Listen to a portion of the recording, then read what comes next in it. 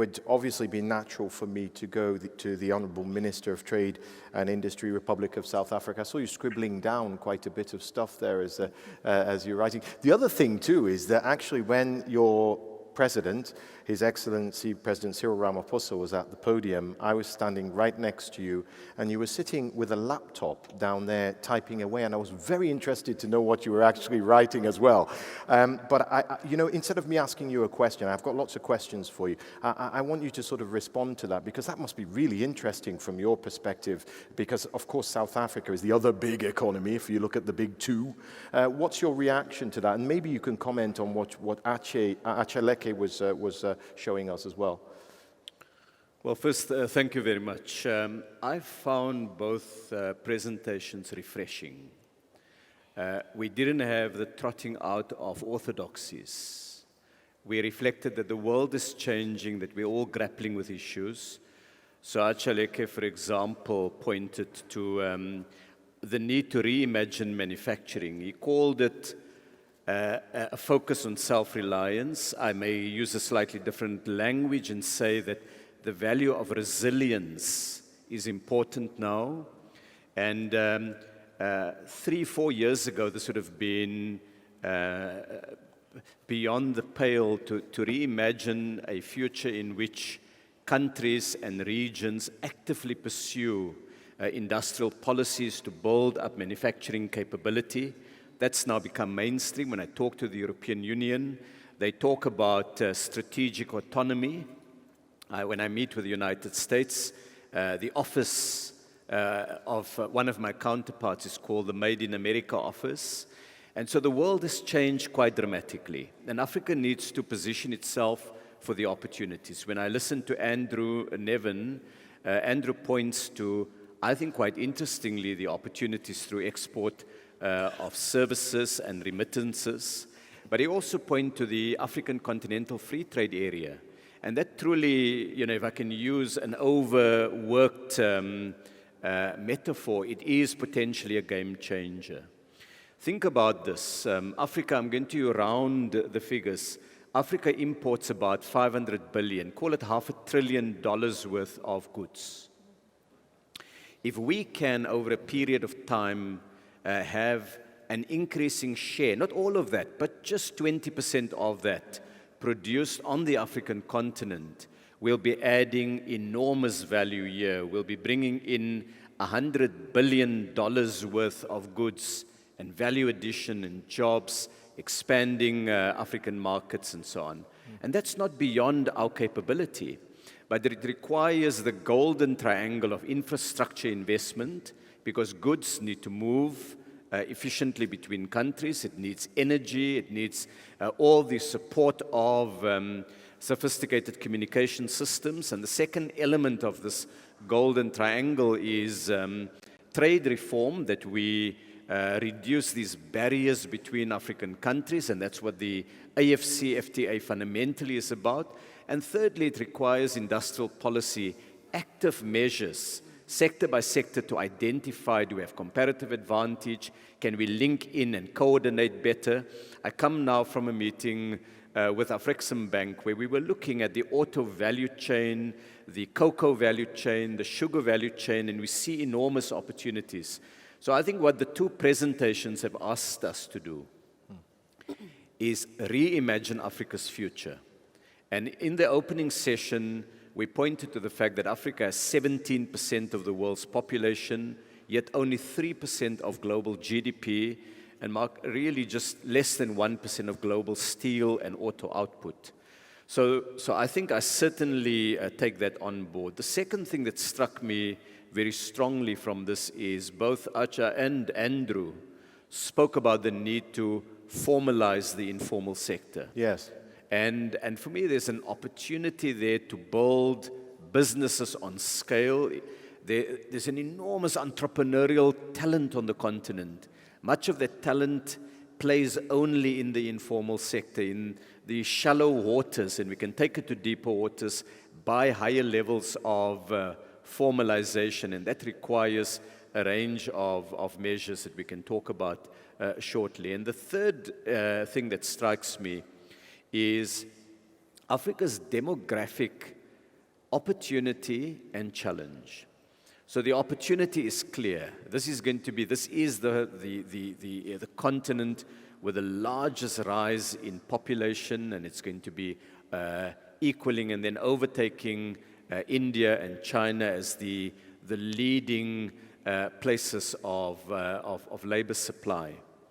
But it does so at an unusual and important moment in history with the Fourth Industrial Revolution, where increasingly the role of labor in production becomes much more complex to anticipate and to project.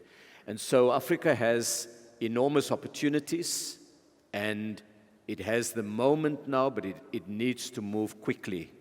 So those are some immediate observations that I draw from what I think are two really helpful presentations to kickstart our discussion. Thank you, Minister, for those reactions, those responses. I'm going to come back to you specifically about South Africa. There are a number of questions I want to know from your exalted position, what South Africa can do, both for the AfCFTA and cross-border investments and a number of other things. But I'll move on now to your left, the Honourable Miss Bogolo Joy Kenewendo. You're now a global economist, and you're running Kenewendo Advisory.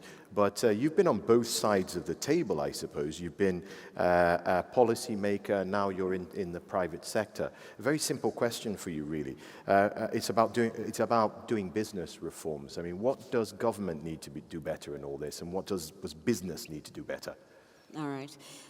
First, I'd also like to echo that those were great presentations, and I like this thing of reimagining Africa and reimagining, the way we do business. And for that to happen, it really hinges on us running governments differently. That's the first part. COVID has certainly challenged us. Many governments were challenged to deliver services to people, and they were forced to start talking about digitization. And I like that Acha brought up this point. And we have to see governments becoming more efficient, more effective in the way that they deliver services, and in particular, be very responsive to to the needs of the private sector. Now, if we want to look at strategic autonomy and industrialization, the way government starts off is by creating a base of ease, access, ease doing business, that's in such a way that even the informal sector will have the need to join mainstream economy.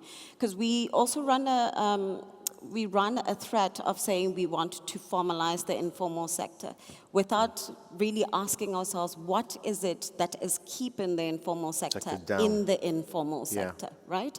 And you find that a lot of it is around all of these systems that are just exhausting to small businesses, taxes that are very high, that the informal businesses cannot afford. So first we have to make sure that the threshold, the base of doing business is quite easy, and then we move on from there. And then the second thing is when we're talking about how governments facilitate doing business, or how they facilitate private sector, and in turn how the private sector facilitates diversification, is really on that as we think about industrialization, we reimagine this strategic autonomy that the minister mentioned, and really call it more a strategic collective autonomy. So really going back to the principles of the AfCFTA, going back to the principles of the AU. It's funny we talk about reimagining Africa now, and we're going back to the ideals of 1965, right? Of 1950 and so forth. And it just goes back to saying how best can we work on, when we select a sector. Give an example. We select an auto sector, and we say we want to be really good and efficient in this sector and promote industrialization here. As a region, What are the strategies that we're going to put in place to ensure that every country that is involved in the development of that industry is actually going to benefit? So everyone has skin in the game and they're not just playing observer. Now, I don't want to go too much into this because, we've had these discussions with Minister Ibrahim while I was still a minister, so I don't want to cause any troubles in this particular stage. But if you allow me to go a little further into how we can further incentivize the private sector to do more in the continent, I think there's another opportunity for governments when they come to the phase 2 negotiations of the AFCFTA to really show the determination of facilitating movement of capital and investments in the continent. And by putting in place ways of protecting private capital and ensuring that this capital flight that we're seeing, African capital that goes and creates infrastructure development outside the continent actually starts to benefit us here. What are the questions we should be asking towards the protection of investors, African investors and foreign investors in the continent? And that phase 2 negotiation should really answer those and should be based on what has already been done in the likes of SADC, in ECOWAS, and in the EAC, because the plans already exist. There's the regional integration development program strategy under SADC that looks at how best we can promote investments in SADC countries. And those are things that should be built on, we should implement, and just not have them as shiny policies on the table. Now, you can ask me, why are you talking about it when you're a minister? These things, they need that collective agreement across countries and in the continent for them to work. Not only one country can do them and be successful. Okay, I want to now move on. I want to bring this home to KwaZulu-Natal, right? It's been, of course, KwaZulu-Natal is the home of the gateway to the world, I guess, for Southern Africa, with the port of Durban is here, of course. And so the AFCFTA is crucial. This is one of Africa's powerhouse ports. From your perspective as the MEC for Finance for KwaZulu-Natal, Ms. Nomusa Dube Nkube, I've got 2 questions for you, and I'm going to bring them together, so just one by one. Yesterday, I think, was it yesterday that we heard that the provincial government spent 10 billion rand every year? I think that's about $1 billion, or at least in the last few days. How do you work to encourage local manufacturing so that you're purchasing products made in Africa and made in KZN? So it goes back to this question about encouraging the small to be bigger from your perspective. The second part of it is, I said you're the gateway to the port of Durban.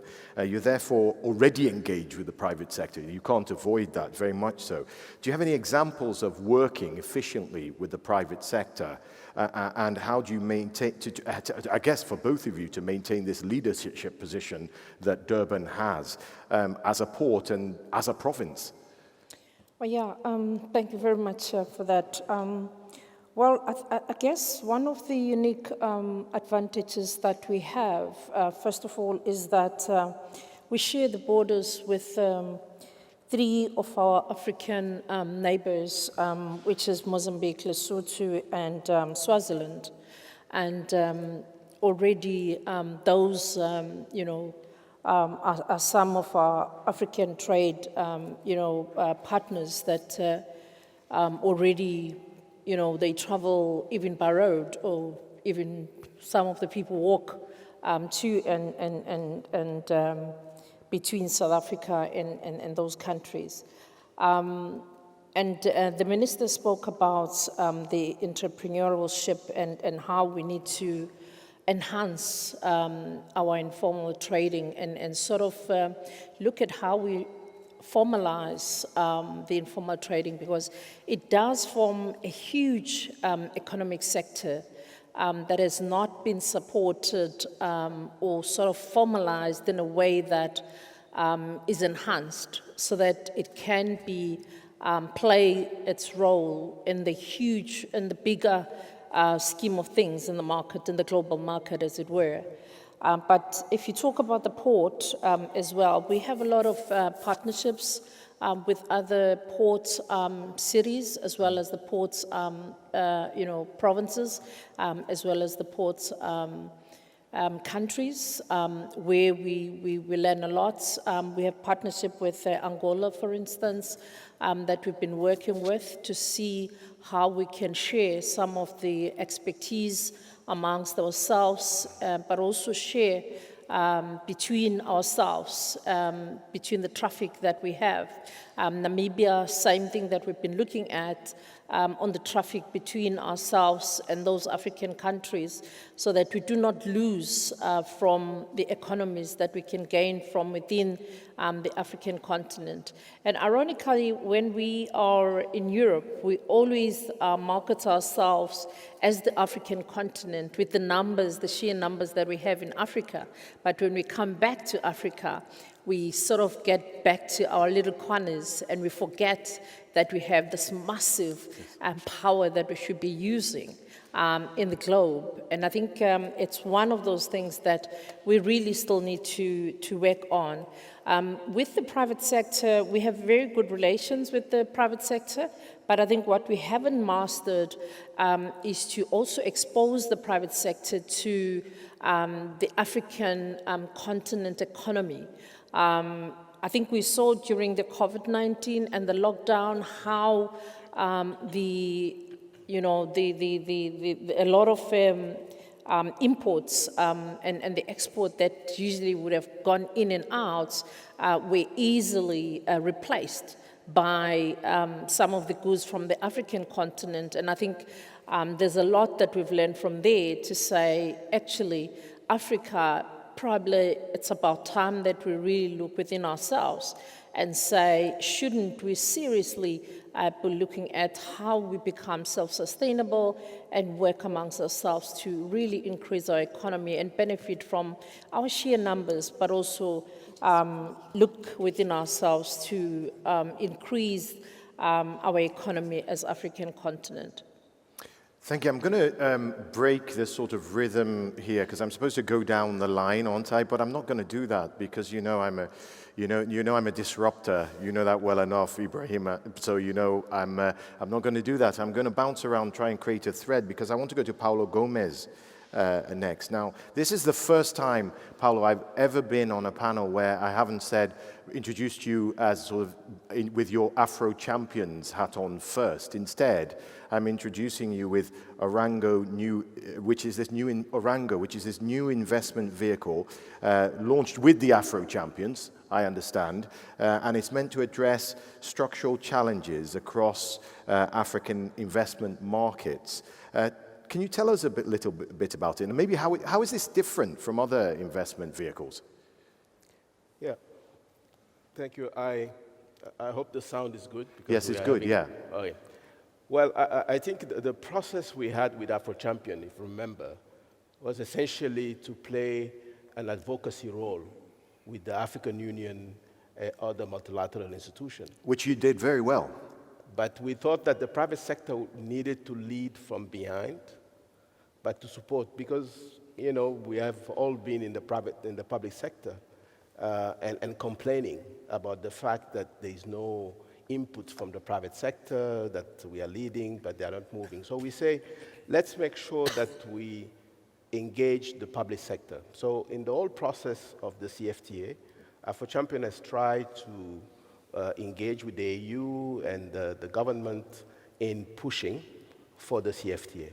But we went beyond, because at the end of the day, we know that our borders that has been enumerated from the colonial period are not viable, And I mention all the time a country like mine. I'm from Guinea-Bissau. We are 2 million people. To make this country economically viable is very difficult. But a mistake has been made in Berlin, and we have the configuration that we have now. So how do we erase those borders? And we believe that in a parallel track with what our government and regional organizations are doing in terms of free trade, you need to create a critical mass of African multinationals. Those African multinationals will do their job in going country to country And again, I will do a little bit of publicity for my former bank. I used to be in the board of EcoBank. EcoBank has managed with 35 countries with a footprint to be everywhere. It's remarkable, yes. With Ghanaians, Nigerians, Kenyans. You know, this is how you move. And John Doe, which is one of the founders, had that vision. I was also associated with him in the process of setting up Aska Airline. You know, as you know, it's the only profitable airline in West Africa. It's the partnership within Africans, in which Ethiopian Airline owns 30-something% of the capital. And we are moving. You know, this is not a sophisticated airline where you have foie gras, caviar, and all these things. But it will get you in a very safe position from Lomé to Accra to Abidjan. And it's working, and they're making a small net income, positive net income. So after this 3-4 years of advocacy for the CFTA, we were also challenged and say, okay, what's the next phase? So we decided to set up the Orango Investment Corporation as a purely private entities that will help the CFTA and help the implementation of the CFTA. But because you know where is the challenge? The challenge is in the Greenfield project. All African companies, PE firms are running after the same transactions. If we want to have growth, we need to put the building block of projects and transactions. And that happened with Greenfields. And this is where the risk. And that's why the multilateral institution and other institutions that are supporting Africa don't want to put the money. They will say, oh, go first and then we'll come later. I think what forum like this one is bringing is that you have many people who have greenfield projects that are getting together and moving. And we have to find now mechanism to finance greenfields project. Yeah. And if there's a risk of failure, be it. Yes. It's part of the process. So Orango is coming as one of the players. We have selected a group of friends. I was myself very much involved in the setting up of the Africa Finance Corporation in Nigeria. By the way, when I left the World Bank in 2006 and engaged in the process, when Nigeria asked me to be involved, people were laughing. People are laughing that, you know, how can you have an institution like Africa Finance Corporation? What is it? What is this creature you're talking about? Fast forward is now a $10 billion company, AAA rating. So I believe that this 10 years window we have in implementing the CFTA, let's load that 10 years window with new financial institutions, with new African multinationals, even if it's greenfield, you know, and move forward. Because the sense of urgency we need to put in this CFTA is the sense of urgency that Aisha has studied. We have, I think, 50 million jobs to create every year. Yes. You know, we should be completely obsessed by the process of creating jobs. But this will happen, and I will stop here, by also changing our mindset. You know, 2 days ago, I was listening the song of Marvin Gaye, What's Going On. I think we need to bring that song back, What's Going On. And one of the things that is not going well is that I think, as an economist, we have put too much financial, I would say, element into the equation. We need now to revisit the economy, load it with much more ethics and value, and think out of the box. As the minister said, a few years ago, you couldn't talk about industrialization. It was kind of a taboo word into the World Bank ecosystem and the IMF. Now everybody agreed that we need an industrialization policy. So what I'm saying here is that we have to engage with the rest of the world to let us make our mistake, but we need to think out of the box, bring the culture, and I'm very happy that this forum this year has brought a lot of elements of the creative economy, because our problem as African now is partly capital, and that's true, we need saving because we don't have enough saving to do things or to invest, but a lot of it is linked to our mindset. And culture and the creative economy is one way to help solve that gap in thinking in the thing we do in the future. So that's what we want to put in this package of an institution. We want economists, financial people, but who are open to bring culture into their modus operandi. Paulo, Ibrahima, your brother, is smiling and nodding through your entire presentation. Ibrahima, you just came back from COP, didn't you? COP 26, also right. ARC. Yes. Let's just explain a little bit about what ARC is for people that don't know it. I think it was established 2012. It's a specialized agency of the AU, your UN Assistant Secretary General in that role, and it's there to sort of, I guess, to predict and mitigate risk, and of course, climate change, of course, that's risk all over climate change. I also read that you have just signed an agreement with the Frexim Bank. Correct me if I'm wrong, but this is about thinking more strategically about project finance and thinking holistically about the impact on communities and also climate and other disaster risk events. So I might be wrong I haven't read it, I'm just hearing about it. I want you to connect your thinking from this position, because you're relatively new in this position, but you've done a lot in a very short space of time, and also connect it if you can. We're here at the investment forum of the IATF. So how does that connect to trade? How does it connect to what we heard from Acha and what we heard from Andrew and what we heard from the Minister and Paulo? Trade, investment, jobs. I'm just trying to understand. Well, Mark, when my good friend Paulo say what's going on, I thought he's going to ask all of us to start singing. So thank God we're not singing. No, we haven't bought the copyright for that song. We haven't got the copyright for that. So what's going on? And so thank Paulo for not asking us to sing at this time of the night. Now, for some of you who know what I do, we're in the business of disaster risk management. And one will ask, what's the connection with managing disaster to actually trade and investment? Yes. And thank God, since I've been here, I didn't have any disaster to manage, despite the fact we're in the middle of COVID-19. It shows the healthy and the resilience of the continent to come together to have this conversation about trade and investment. Let me begin by just highlighting the problem that we face as a continent, just to show the connection between what we are guided to do here to actually the reality on the ground. If you look at, as Andrew mentioned earlier, the extreme weather situation on the continent, created conditions whereby whether it's drought or tropical cyclone or flood in many African countries, we are dealing with a situation whereby we have to make our people more resilient. We have to address the food insecurity that came from extreme weather.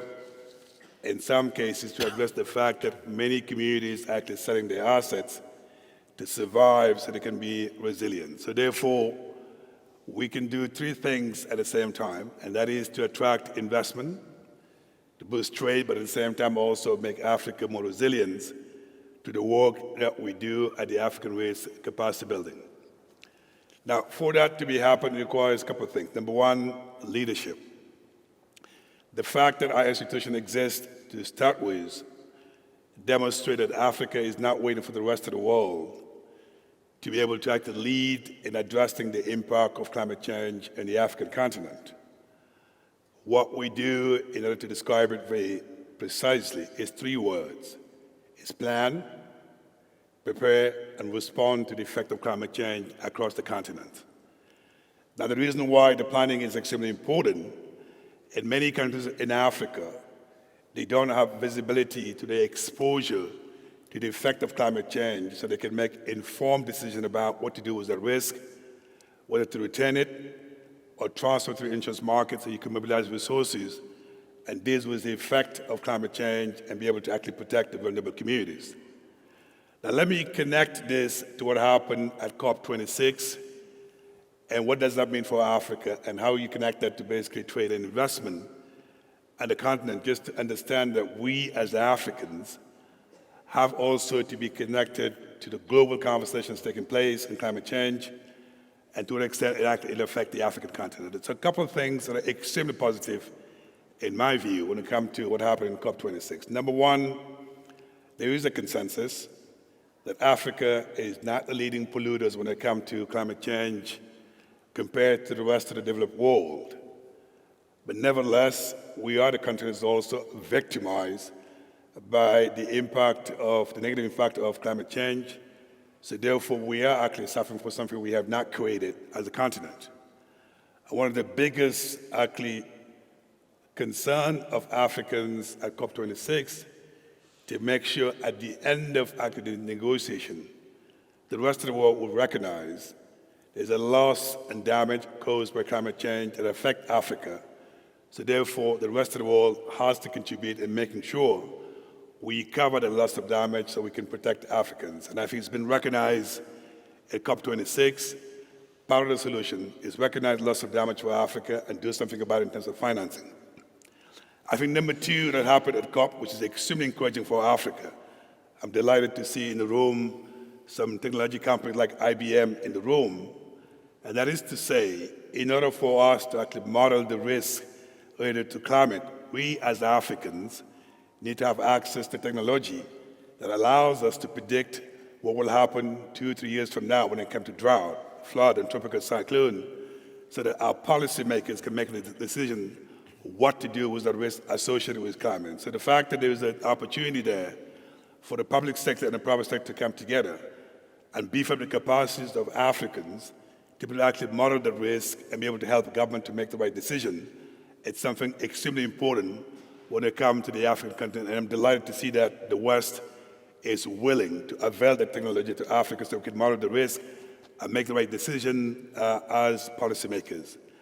I think number three, extremely important, and this is something I think many of us recognize, that when we have the Paris Accord on climate change, the West made the commitment to provide $100 billion annually for the next 4 or 5 years by 2020, so that we can provide the resources necessary for Africa to finance the adaptation plan, the adaptation project, so we can protect our water, our agriculture, and other resources. It is clear that commitment was not met. 2020 has passed, and new commitments have been made by 2025 to make sure we can bring in additional resources. So let's hope this time we can meet those commitments so Africa can get the additional resources to be able to actually finance and invest in adaptation so we can protect the Africa as well. And last but not least, and this is extremely important, why I'm delighted that today we signed an agreement with Afrexim Bank. The African institution, whether Afrexim Bank, African Development Bank, our institutions, some of the development banks in Africa are also joining forces to be part of the solutions. And the way they're being part of the solution by saying, how do we join forces so we can model the risk and our exposure to climate change so we can come up either with micro-insurance or sovereign insurance so we can provide the solutions to make Africa more resilient.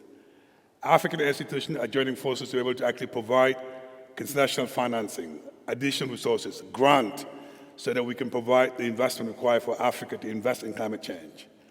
African institutions are coming together to make sure we can build the culture of disaster risk management in Africa so we can anticipate before disaster happens, so we can protect our people and make Africa more resilient. So the message I want to convey here is to say, we can do 3 things at the same time. We can make Africa more resilient while we can actually attract investment for trade and investment. And I think that's the way we should be approaching this and not looking at one aspect at a time, but looking at all these things together so we can arrive at a situation that the Africa of tomorrow is the Africa can actually project itself to attract the right investments. But in the meantime, we need to make Africa more resilient so we can protect the vulnerable communities across Africa while we attract investment and trade as well.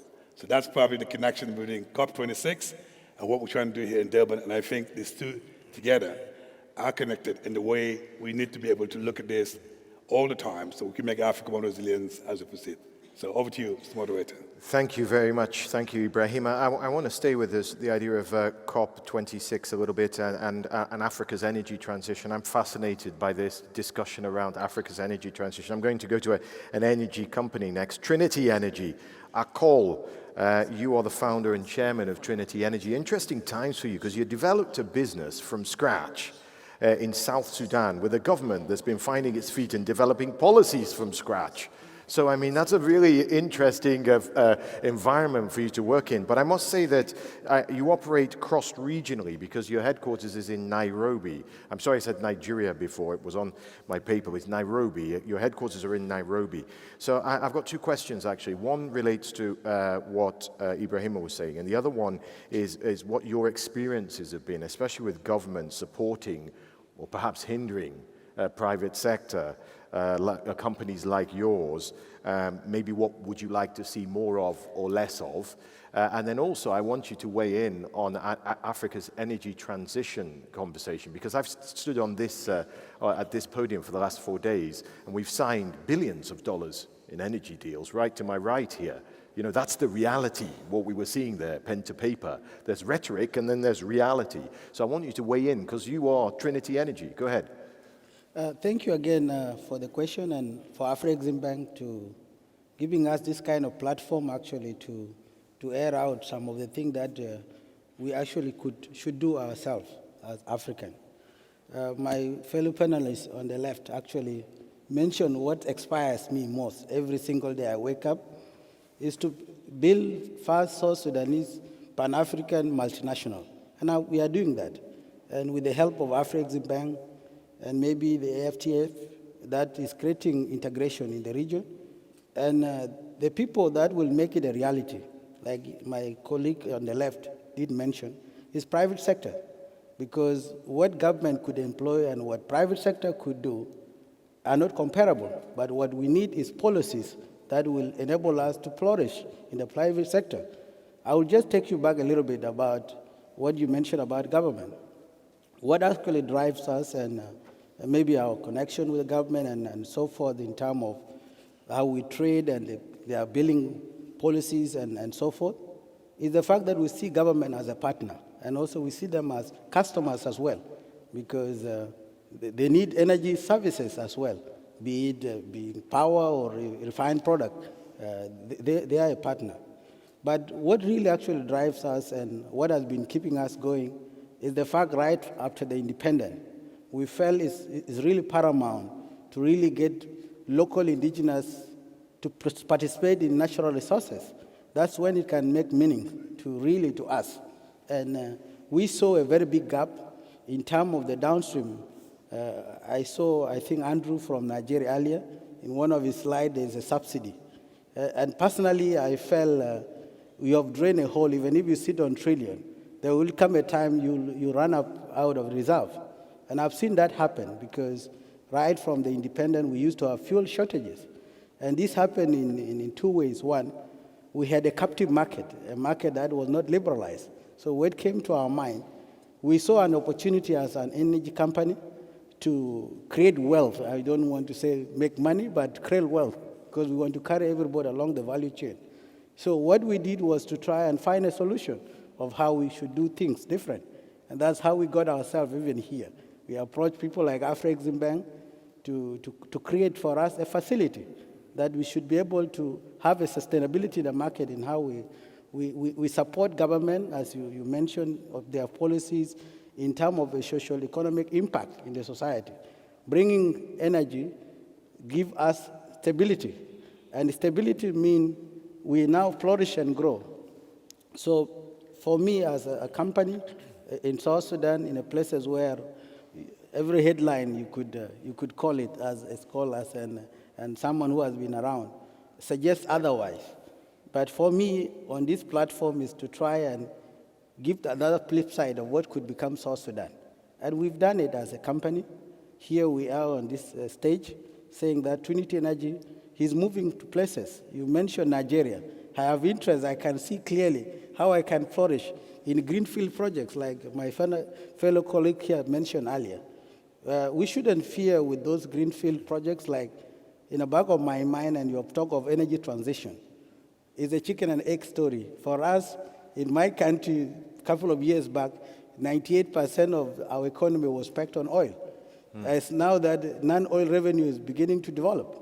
And still, again, I look at it as a catalyst still for us to continue unlocking the true potential of the country using the same oil that we have. but transitioning it to the other sectors like the person on my right just spoke of.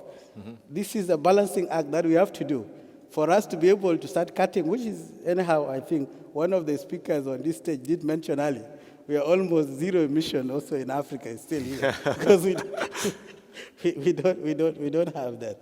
But yeah, basically, we see what we have been doing and what we intend to do as an answer to some of these policies that have been laid in place by AU and the bodies like other continental bodies in Africa. Like in terms of job creation, if I may take you back again in terms of the energy, in a few years back when a country introduced subsidy or a captive supply market, almost 250 gas stations across the country were locked down because you couldn't sell in a subsidized price. But when we worked with the financial institution like Afreximbank, and I used to actually tell the management, and one of the senior person is here on the panel, that it's a high time for Afreximbank to build maybe their own billion-dollar companies. Dangote and the likes are there. And if had it not been the effect of COVID, that I think I still see clearly that there are still opportunities in Africa, we would have become a first billion-dollar company, South Sudanese company. I recall in 2018, 2019, we became half a billion-dollar company. We are heading to the stage of becoming a billion-dollar company in 2020. But we got caught in between, and we are still counting those losses, which I think everybody will continue to count them. But there's a light at the end of the tunnel. So just to answer your last specific question, yes, we are transitioning even ourselves as a company. If you come to the part of the region, of which very soon we are coming to SADC, because that's part of our market segmentation, because we truly believe in what he did say earlier. The only way all this will make meaning, we must build our own true local Pan-African multinational companies that will roll their sleeves without fear, because we know all these markets and all so forth. For us to focus on those greenfield, whether they succeed or fail, I believe most of them are bankable. Like, for example, in my country, I believe we have to build a refinery. I know the panelists on my right will think otherwise. Maybe not, I don't know. Yeah, and why it's important for me is that today we pay $24 a barrel. Yes. For us to send it to the international market. If I add value and sell it to the market around me, which are 5 countries which need, because we are the third producer in the sub-Saharan Africa with a proven reserve, yes, there is more value addition and also a social economic impact in those markets, because we have seen where we have availability of oil, we are able to make sure that the economic flourish. 1 liter have impact in the ecosystem. Thank you so much. Okay, thank you. I'm going to have to move on because with 8 speakers or 9 speakers in this short space of time, it's hard to get you all in. But Afreximbank, everybody said Afreximbank, Amra Kamel. Your name, of course, Afreximbank has an incredible impact to get us here. And as I said, I think I've counted just myself, I've counted like $5 or $6 billion that I've announced from this podium. So you're certainly walking the walk. Let me read some of the articles that are coming out. Investment galore at the Intra-African Trade Expo, says CAG News Africa. Investment opportunities in Africa on full display. There's another one that's just come out. So obviously the word is out that something is happening here. Afreximbank's been so impressive and impactful. What's Afreximbank's ambition going forward?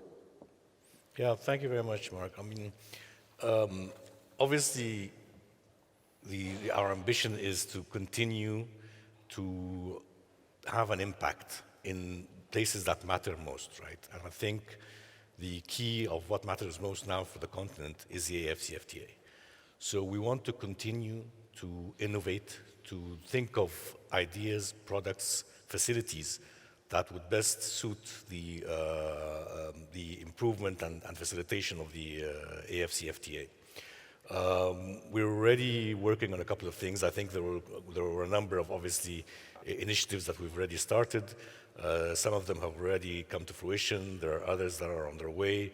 Things like the Pan-African Payment and Settlement Platform, I think that's going to go a very long way in facilitating the MANSA platform, as also some of the, on the financing side, you know, the pandemic trade impact mitigation facilities, those kinds of things. I think the critical thing really is, I mean, if you look at the trade fair, okay, what was, how did the idea of the trade fair come about? When we, even before the AFCFTA came into being, basically, one of our key strategic pillars was promotion of intra-African trade. So we did a study to try and find out why intra-African trade was at such a low level. And to our surprise, you know, everybody talks about infrastructure deficits and things like that, which are all valid issues. But to our surprise, the lack of information was a key impediment to intra-African trade. And that's where the idea of the trade fair came from, to make sure that we bring parties together, to get to, you know, people to get to know each other better and to trade and to do, to link each other, the buyers and the sellers. So it's always this kind of innovation that we always look forward to make sure that we always develop products, whether it's on the financing side, on the facilitation side, or on the advocacy side, that really give an impetus to the AFCFTA. Okay, so I don't know, I'm told I don't think I've got much time. We've got 10 minutes, great. So we've got a little time for some questions. If I can see past the lights, raise your hands, and I think my assistants have some microphones. We'll take a few questions. I know the minister has to go very soon. Can you stay with us for 10 more minutes, just to ask some, for people to ask some questions? Okay, there's a lady over here. Are you allowed, Yusuf, to ask a question? I don't know, maybe. Let's see. The lady over here, where are my microphones, please? My willing assistants, because I don't want to have to come down off the stage if I don't have to. No? Can you get to some microphones? That's right. Okay. What I want you to do is tell me your name, your affiliation, and keep your question brief, please. Maybe we can take like 3 questions at once, and then we can try and remember them. Okay? Go ahead. Thank you. Thank you very much, Mark. And I couldn't think of a better panel to end our day and our event. My question is actually... You have to introduce yourself to everyone. I know who you are, but you have to introduce... My name is Yusuf Daya. I'm a director at the African Export-Import Bank. My question is actually towards the Honorable Minister. We talked a lot about self-reliance. We've seen the impact of COVID. We're talking about reimagining Africa. And we talked a lot about COP26.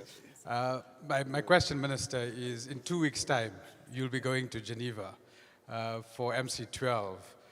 What are we trying to get out of MC12 for Africa, particularly in the context of pushing self-reliance? I know there's issues around public stockholding of food, but I'd like to get the Minister's views on what we want out of MC12. Thank you, Mark. Okay, is there another one? There must be another one. Gentleman over there, great, fantastic.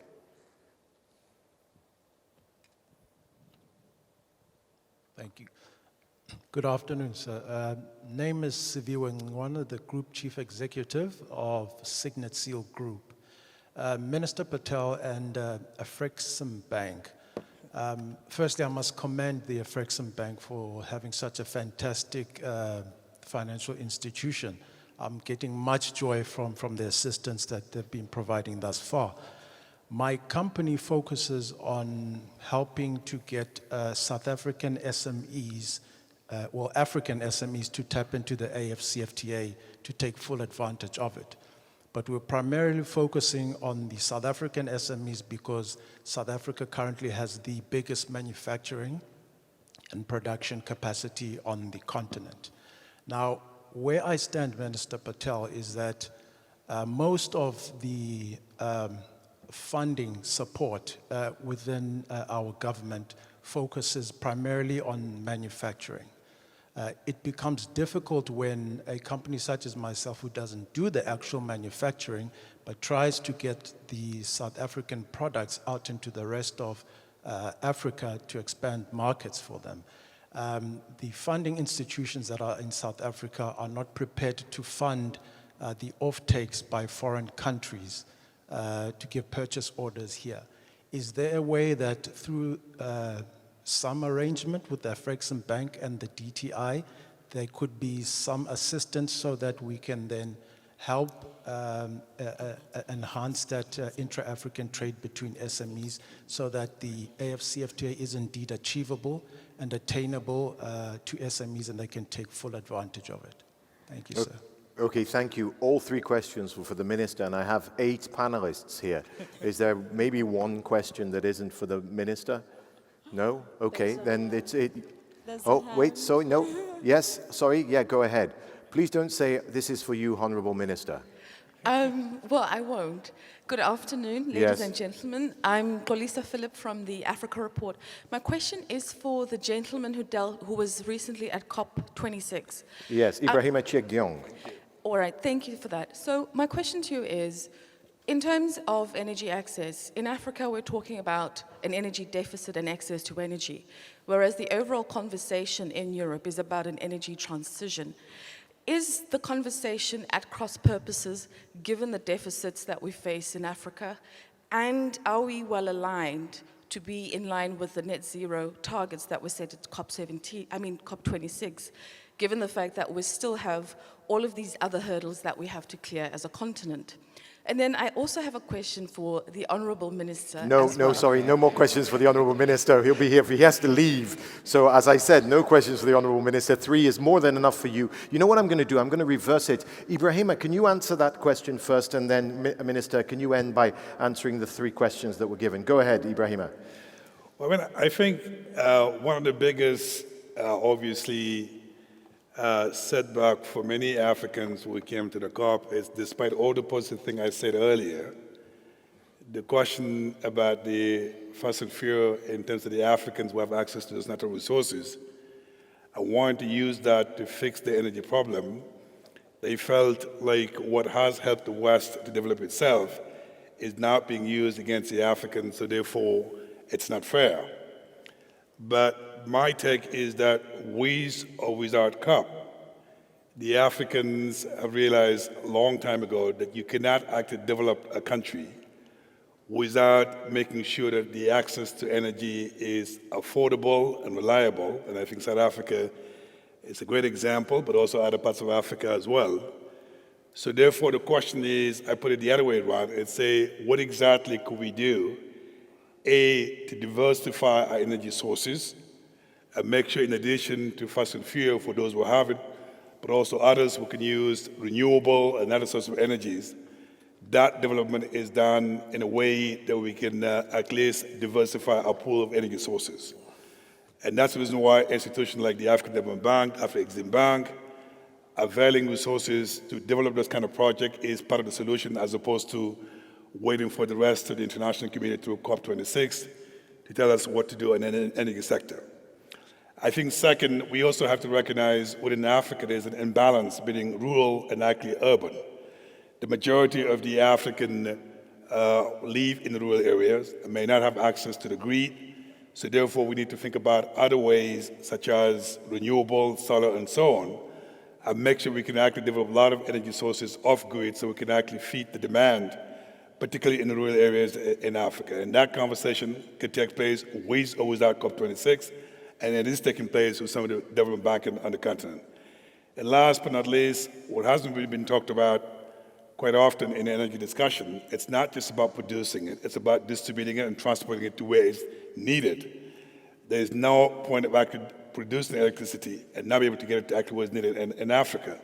So I believe in addition to producing the electricity, we also need to think about investment in the transport and the distribution so we can get actually energy to where it's needed in Africa. And there, I believe we need also to put that into the conversations to become an integrated approach to fixing our energy sector as opposed to just looking about productions and not looking about distributions.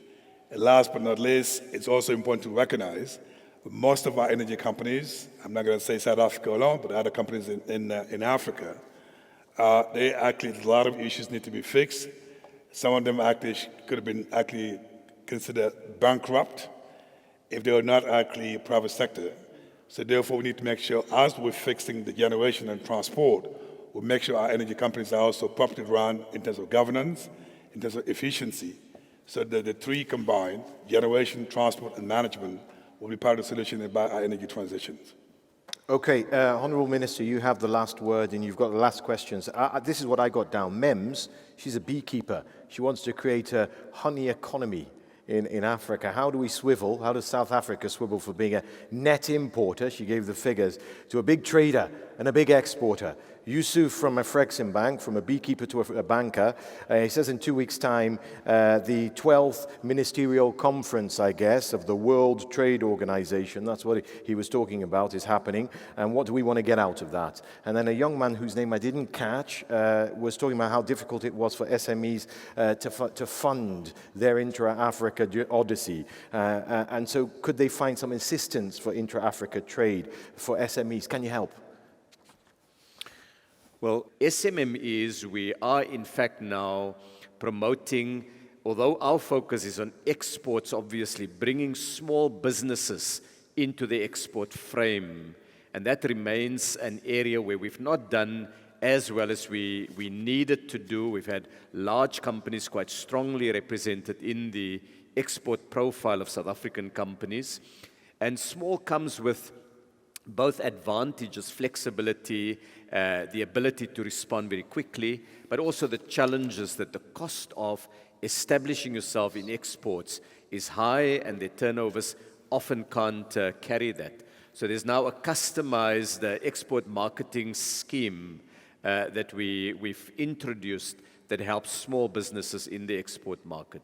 On MC12, really 4 areas that are the key issues. If you take away all the other matters, the first is agriculture, where our agenda would be to try to prevail on the developed countries to lower their subsidies.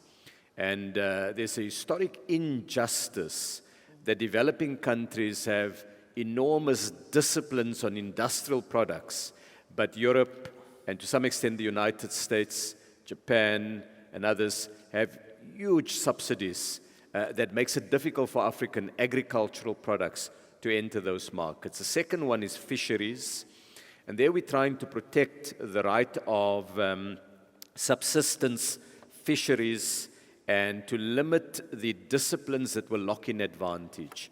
If we introduce a subsidy limit at this point based on existing fishing patterns, the challenge is because most African countries don't subsidize fishing. We're locked out of the opportunity to use that tool in future. And because some larger players, the large fisher nations, in fact, are also deep subsidizers, they lock in the advantage of being able to keep that subsidies but not increase it. So it's to navigate that terrain. The third one is fundamental to us. And if you had to ask me of the 4 issues I'm going to raise, the most immediate one is trade and health. And in trade and health, it's the matter of the agreement to have a waiver of TRIPS articles to enable African countries to manufacture the vaccines, the therapeutics, and the diagnostics that are required in the fight against COVID-19. And we're looking just for a temporary, a time-bound waiver that enables the intellectual property rights not to act as a constraint to the expansion of supply globally. Of course, there's been a ramping up of supply in recent months, but Africa remains chronically underserviced with vaccines. In fact, I think it may have been Acha or Andrew that pointed to the low rate of vaccination on the continent and the high price we pay. And so I should just indicate that one South African company is now doing contract manufacturing for J&J, Johnson & Johnson, and we've just crossed the 120 million doses mark, but it's done without any of the distribution rights that one would expect that company to obtain. So trade in health is really going to be fundamentally about a waiver. And then there are some subsidiary issues that come into that. And the final one is WTO reform. And in WTO reform, there are a number of issues. I'm not going to unpack them all because of time, but really they go to a few key matters. Africa needs a global rules-based system, but the current rules-based system has enormous challenges and deficiencies.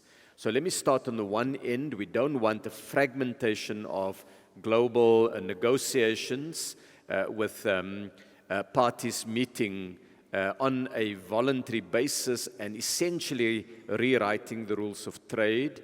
The WTO as the inclusive forum is the appropriate place for those negotiations to take place. The second one is the dispute settlement system needs to be made functional again so that there are consequences to breaches of trade rules. And then the third one, and this is one that we're going to be swimming upstream for a period, is to make the point that African countries need more policy space to back the industrialization agenda that the continent is embracing, and to give an opportunity for the continental free trade area to kick in and provide the kind of scale, together with some of the suggestions, Kenewendo made the points about building a regime that eases the doing of business on the continent, which is an important element of it. Someone else made the point about ensuring greater levels of investment by making it very project-specific, concrete, and attracting basically deal-making opportunity on both sides, on the demand side and the supply side. So it's really to build that policy space, because when the Uruguay round was concluded, Africa wasn't ready to make its mark. South Africa, as one of the African countries, was going through the transition to democracy. Most of what we are bound to in the WTO was actually offers made by the old apartheid government. And in my discussions at the time outside of government with the European Commission, as it was then, and the United States, they wanted South Africa to maintain the offer that was made by the previous regime. So there's quite a bit of tidying up and work that has to be done on behalf of all of Africa to build that policy space. I know that these are complex negotiations, but we need to make sure that we protect the rights of Africa in the global trading system. I hope, though summarized, that does help to answer the question. Thank you. Today was the investment forum with the theme Unlocking Investment and Accelerating Deal Flow in Africa. It's day 4 of what's been a fantastic 4 days, but it's not over. The IATF continues, the program continues tomorrow and Saturday, where you can join top African and diasporic creatives, policymakers, and thought leaders for 2 days of just amazing conversations across the creative and cultural industry space. And there's also live performances from some of Africa's top talents. But for now, I'm going to close today